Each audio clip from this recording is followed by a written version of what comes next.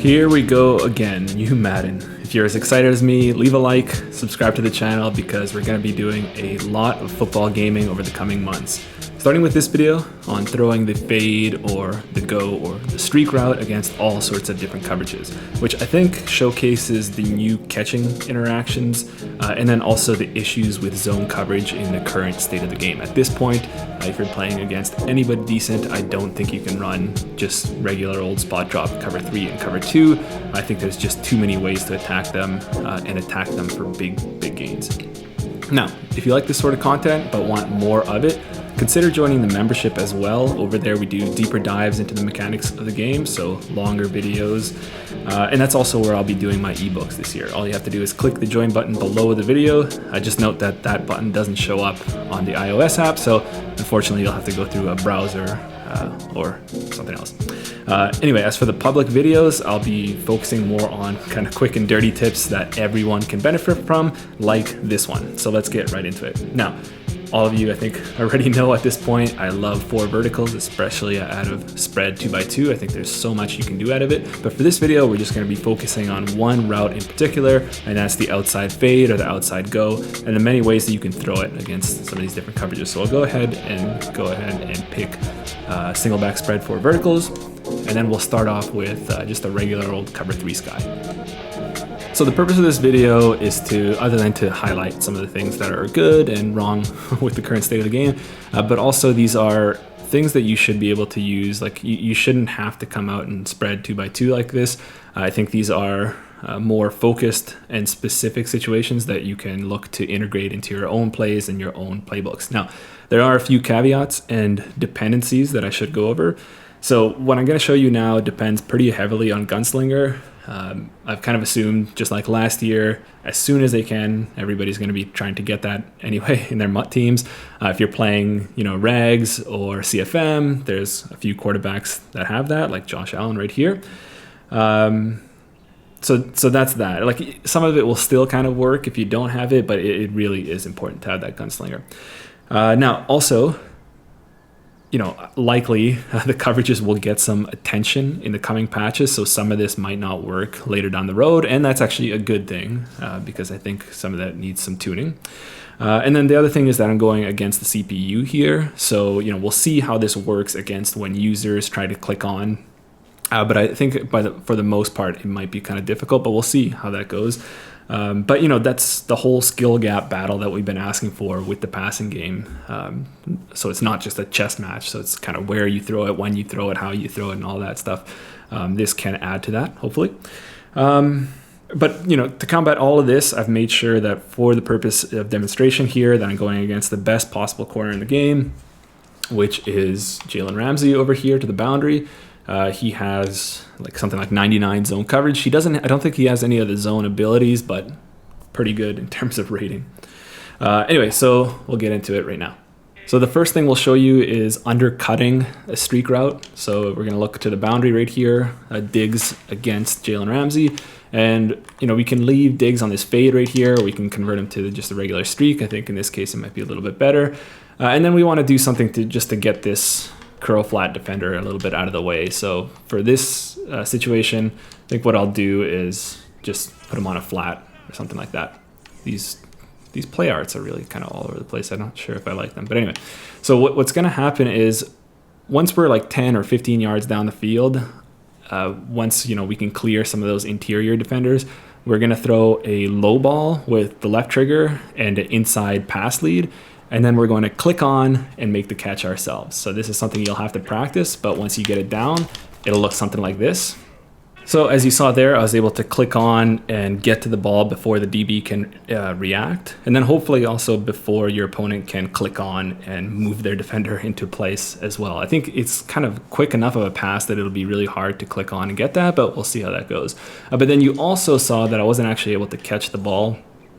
So I think that is probably just a bug with these new catching interactions where you kind of take manual control of it, and then maybe he can't, for whatever reason, sometimes the catching animation just doesn't really work out. So we'll see how that kind of progresses throughout the year. But I think if you spam some of the buttons like rack catch or possession catch, one of those will kind of trigger, and then see, in that case, you can catch that. And then we can throw this to the field or to the boundary. I was just showing it there, to the boundary, to the field. We can do it as well. Just wait for everybody to clear. And then we take place underneath, rack catch that, and we're in for an easy score against cover 3. So that's the undercut, where we can throw it inside and underneath that outside third defender, but we can also hit it to the outside as well.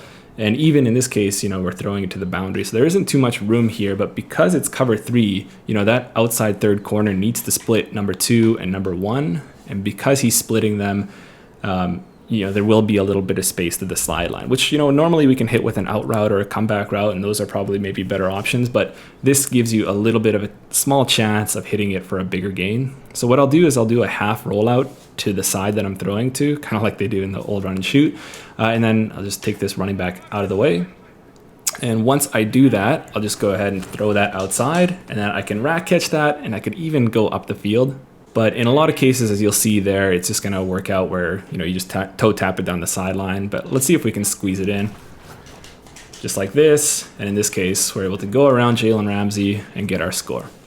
Now, again, we'll see how that goes with user click-ons and some of the abilities and some of the patching. But for now, I think if you get that down, practice it a little bit. I think it is especially good against single back right here, with single back, because you can snap that, quickly roll out, and throw it outside, which is nice. Now, if you come across these cover 3s that are, shading and doing zone drops where those flat defenders are shooting out to the sidelines immediately, well, then you've won because these seam routes are really, really devastating if those seam defenders aren't getting their hands on those players. So right here, I'll show you, right away, if we see these defenders shooting out, we can hit them down the seam. We can hit them to the right, or we can hit them to the left.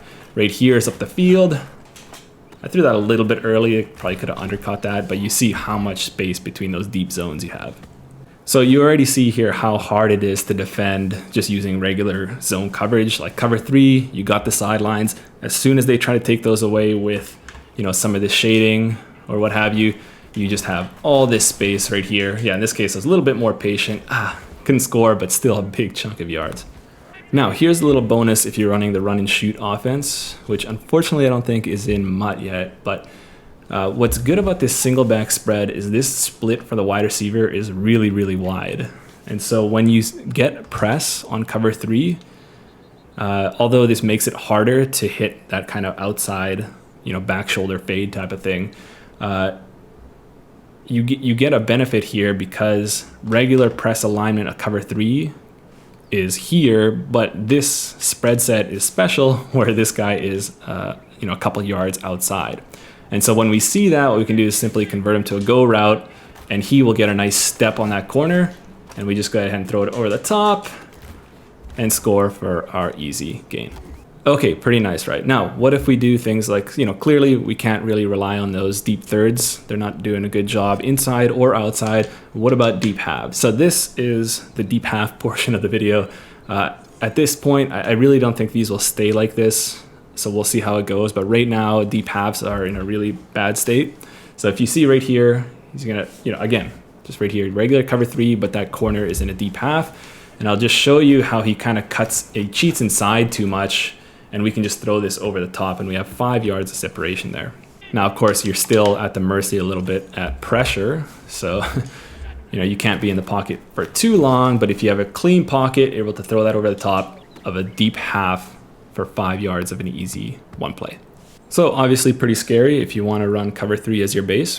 What about cover 2? Again, this is a kind of extension of what I just showed. Those deep zones really aren't good. So what I'll show you is here, how we can just throw these fades outside much easier than we could last year. And we can throw this to the field or to the boundary. It really doesn't matter. So right here, I'll actually do say cover 2 hard flat. Cover 2 hard flat, it's almost an instant touchdown, I think. So in this case, you get outside. The safety doesn't get nearly enough width, and you got your easy score.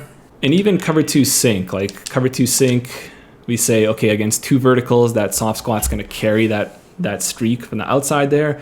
But because it's a soft squat technique, he's going to be playing with a kind of a trail technique. He's going to be playing underneath the corner because he wants to be able to cut off any out routes or comebacks or anything like that, while he knows he has help over the top with a deep safety. But in this case, again, that deep safety just doesn't get nearly enough width, and we can just go ahead and still throw that over the top. Not to mention, and let me actually just get digs out of the zone here, because I don't want to be too unfair. And likewise, you know, like I just showed with the cover 2 soft squat or the cover 2 sink, same with cover 2 man. You know, if they're playing a hard press, and then if you get a win, if you get a step on the corner, which I think this year you usually get a bit of a step, and because that deep safety is nowhere to be found, you know, you can get a good chance of scoring there. Now, in this case, you know, Jalen Ramsey has all those nice man knockout abilities and everything like that. So even if he's a step or two behind, he'll be able to swap that ball out. So again, this kind of goes back to what I was saying before with, you know, you're really, if you want to play these like zones, like whether that's a zone over man or whether that's, you know, regular cover 3 or regular cover 2, you're really going to have to think smart about your abilities because just with stock guys across the board, there's no way you can do it. Again, let's go back with cover 2 right here. We can show you, let's go down the field this time. You see, just forward pass lead, nobody's anywhere in sight, and we can just walk right into the end zone. Now, of course, against cover 4, actually cover 4 drop, it's not as easy to hit, obviously, because you have 4 deep zones over the top, but, you know, that opens up things underneath. But, you know, cover 4 quarters and palms, I think, are much better options. Stay away from cover 6 because, again, those have those deep half zones, which at the moment are just not usable. So I would say at this point, unless you're playing somebody that's really not very good or you just want to sprinkle it in here and there, I would stay away from these zones until there's some work done on them. Until then, you know, play some man, try to play some match coverage. I think it's even a little bit more solid this year. But we'll see as I go deeper into that, and of course I'll be sharing with you the findings that I have through some of these quick and dirty videos and also the deep dives, again, in that YouTube membership should you choose to get into it. But anyway, I'm really excited about this year. Take these tips as you will. You know, I think most of this stuff you have to kind of practice, but I think, you know, not much has changed in the game, to be honest, but enough that we can kind of dig into it and shake it up and have some fun with it. So I'm excited. I hope you are, and we'll see you guys shortly with the next video.